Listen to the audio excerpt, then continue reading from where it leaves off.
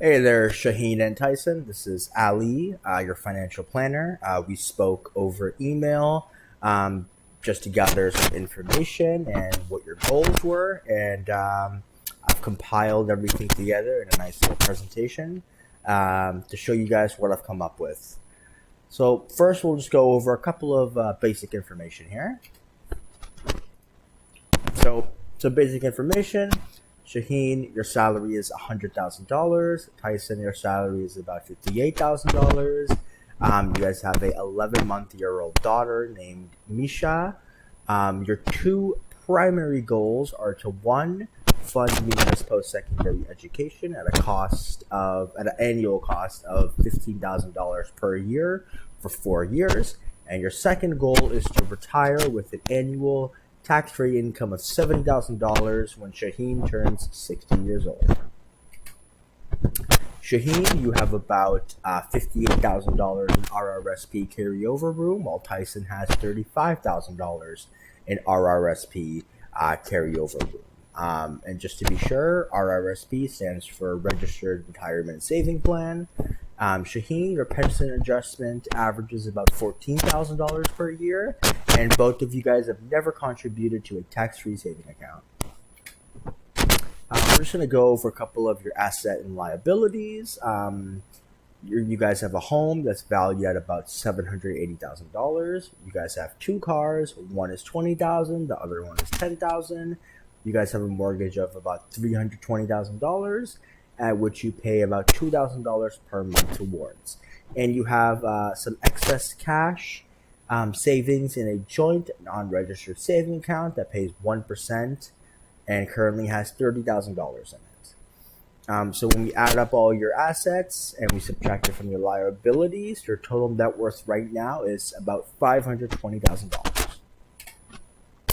Going over some of your expenses, utilities 500, insurance 600, food 900, and then we go all the way to your daycare of 1,850, brings out to your total expenses being 6,350.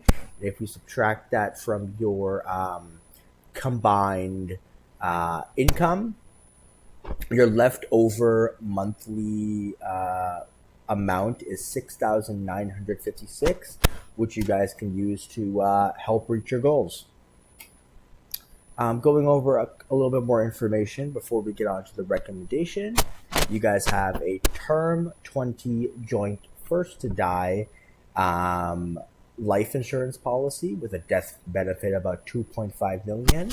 You guys have no wills or power of attorneys, and you would like Tyson's sister, Lauren, to become Misha's legal guardian on the event of both of your deaths. So I have a couple of recommendations for you guys. One would be to fund Misha's education. You guys would have to roughly contribute $723 per month, invested at a generous 5% yearly rate through stocks, mutual funds, GICs. And this will help fund Misha's education. I would highly recommend to take advantage of the Registered Education Saving Plan, or short form RESP. This will give you some tax savings, and the government will also match a portion of your contribution, supercharging your earnings, or you guys can put in less and still get the same output. To retire with the annual after-tax income of about $70,000, you guys will have to invest $2,222 per month. I would recommend, being in some mutual funds, as they do give you a better rate of return. And to do these calculations, I used a 5% rate of return, which is very achievable in the long run with some balanced mutual funds. I would also recommend using a RRSP or a tax-free saving account to save on taxes and get some tax rebate. I would also draft up a will and a power of attorney, making sure your assets go to your loved ones. And this is just a little rough calculation I did to show you